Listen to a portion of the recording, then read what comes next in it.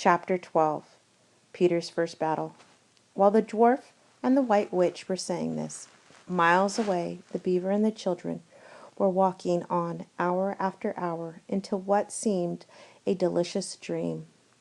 Long ago they had left the coats behind them, and by now they had even stopped saying to one another, "Look, there's a kingfisher," or "I say, bluebells," or "What was that lovely smell?" or "Just listen to that thrush." They walked on in silence, drinking it all in, passing through patches of warm sunlight into cool green thickets, and out again into wide mossy glades, where tall elms raised the leafy roof far overhead, and then into dense masses of flowering currant, and among hawthorn bushes, where the sweet smell was almost overpowering. They had been just as surprised as Edmund when they saw the winter vanishing, and the whole wood passing in a few hours or so from January to May. They hadn't even known for certain, as the witch did, that this was what would happen when Aslan came to Narnia. But they all knew that it was her spells which had produced the endless winter, and therefore they all knew when this magic spring began that something had gone wrong, and badly wrong, with the witch's schemes. And after the thaw had been going on for some time, they all realized that the witch would no longer be able to use her sledge. After that, they didn't hurry so much, and they allowed themselves more rests and longer ones. They were pretty tired by now, of course, but not what I'd call bitterly tired, only slow and feeling dreamy and quiet inside, as one does when one is coming to the end of a long day in the open. Susan had a slight blister on one heel. They had left the course of the big river some time ago, for one had to turn a little to the right, that meant a little to the south, to reach the place of the stone table. Even if this had not been their way, they couldn't have kept to the river valley once the thaw began, for with all that melting snow, the river was soon in a flood, a wonderful, roaring, thundering, yellow flood, and their path would have been under water. And now the sun got low, and the light got redder, and the shadows got longer, and the flowers began to think about closing.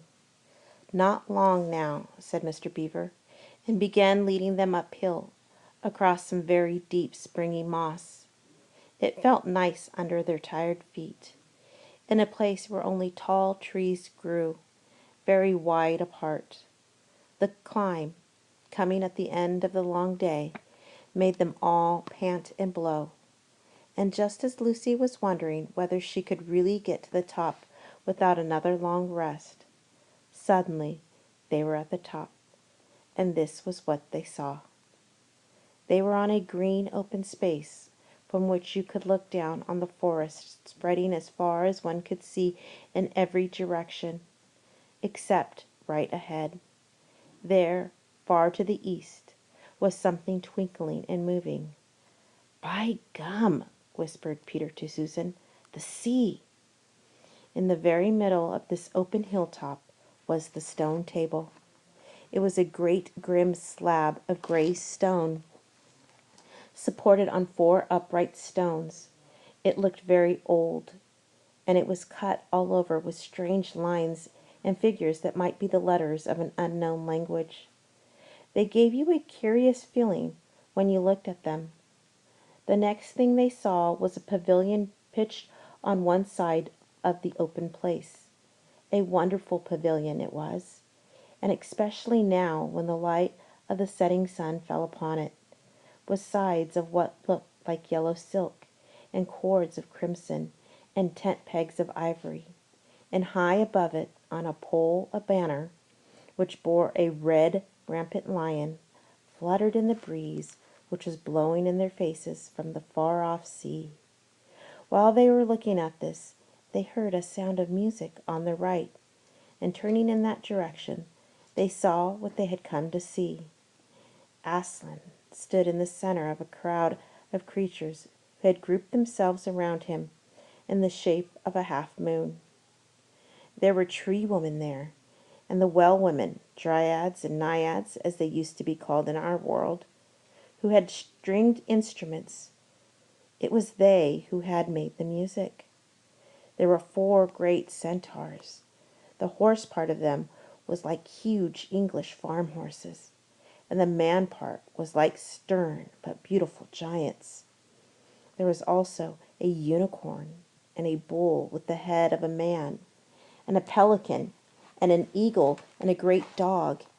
And next to Aslan stood 2 lepers, of whom one carried his crown, and the other his standard. But as for Aslan himself, the beavers and the children didn't know what to do or say when they saw him. People who have not been in Narnia sometimes think that a thing cannot be good and terrible at the same time. If the children had ever thought so, they were cured of it now. For when they tried to look at Aslan's face, they just caught a glimpse of the golden mane and the great, royal, solemn, overwhelming eyes. And then they found they couldn't look at him, and went all trembly. "Go on," whispered Mr. Beaver. "No," whispered Peter. "You first." "No, sons of Adams before animals," whispered Mr. Beaver back. "Susan," whispered Peter, "what about you, ladies first?" "No, you're the eldest," whispered Susan. And of course, the longer they went on doing this, the more awkward they felt. Then at last, Peter realized that it was up to him. He drew his sword and raised it to the salute, and hastily saying to the others, "Come on, pull yourselves together," he advanced to the lion and said, "We have come, Aslan." "Welcome, Peter, son of Adam," said Aslan. "Welcome, Susan and Lucy, daughters of Eve. Welcome, he beaver and she beaver." His voice was deep and rich, and somehow took the fidgets out of them. They now felt glad and quiet, and it didn't seem awkward to them to stand and say nothing. "But where is the 4th?" asked Aslan. "He has tried to betray them and join the White Witch, O Aslan," said Mr. Beaver. And then something made Peter say, "That was partly my fault, Aslan. I was angry with him, and I think that helped him to go wrong." And Aslan said nothing, either to excuse Peter or to blame him, but merely stood looking at him with his great golden eyes, and it seemed to all of them that there was nothing to be said. "Please, Aslan," said Lucy, "can anything be done to save Edmund?" "All shall be done," said Aslan, "but it may be harder than you think." And then he was silent again for some time. Up to that moment, Lucy had been thinking how royal and strong and peaceful his face looked. Now it suddenly came into her head that he looked sad as well. But next minute, that expression was quite gone. The lion shook his mane and clapped his paws together. Terrible paws, thought Lucy, if he didn't know how to velvet them, and said, "Meanwhile, let the feast be prepared. Ladies, take these daughters of Eve to the pavilion and minister to them." When the girls had gone, Aslan laid his paw, and though it was velveted, it was very heavy, on Peter's shoulder, and said, "Come, son of Adam, and I will show you a far-off sight of the castle where you are to be king." And Peter, with his sword still drawn in his hand, went with the lion to the eastern edge of the hilltop. There a beautiful sight met their eyes. The sun was setting behind their backs. That meant that the whole country below them lay in the evening light. Forest and hills and valleys, and, winding away like a silver snake, the lower part of the great river. And beyond all this, miles away, was the sea, and beyond the sea, the sky, full of clouds, which were just turning rose color with the reflection of the sunset. But just where the land of Narnia met the sea, in fact, at the mouth of the great river, there was something on a little hill shining. It was shining because it was a castle, and of course the sunlight was reflected from all the windows which looked towards Peter and the sunset. But to Peter it looked like a great star resting on the seashore. That, oh man, said Aslan, is Cair Paravel of the four thrones, one of which you must sit as king. I show it to you because you are the firstborn, and you will be high king over all the rest. And once more Peter said nothing, for at that moment a strange noise woke the silence suddenly. It was like a bugle, but richer.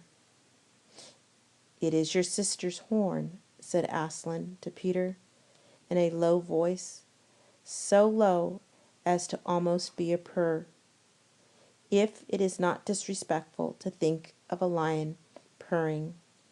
For a moment Peter did not understand. Then, when he saw all the other creatures start forward and heard Aslan say with a wave of his paw, "Back! Let the prince win his spurs," he did understand, and set off running as hard as he could to the pavilion. And there he saw a dreadful sight. The naiads and the dryads were scattering in every direction. Lucy was running towards him as fast as her short legs would carry her, and her face was white as paper. Then he saw Susan make a dash for a tree and swing herself up, followed by a huge gray beast. At first, Peter thought it was a bear. Then he saw that it looked like an Alsatian, though it was far too big to be a dog. Then he realized that it was a wolf standing on its hind legs with its front paws against the tree trunk, snapping and snarling. All the hair on its back stood up on end. Susan had not been able to get higher than the second big branch.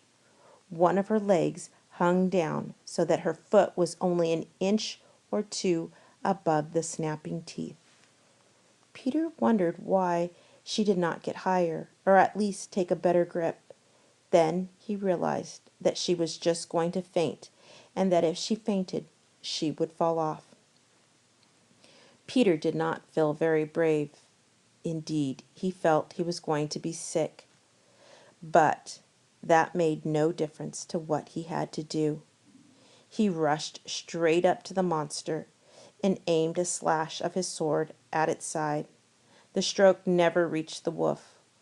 Quick as lightning, it turned round, its eyes flaming and its mouth wide open in a howl of anger.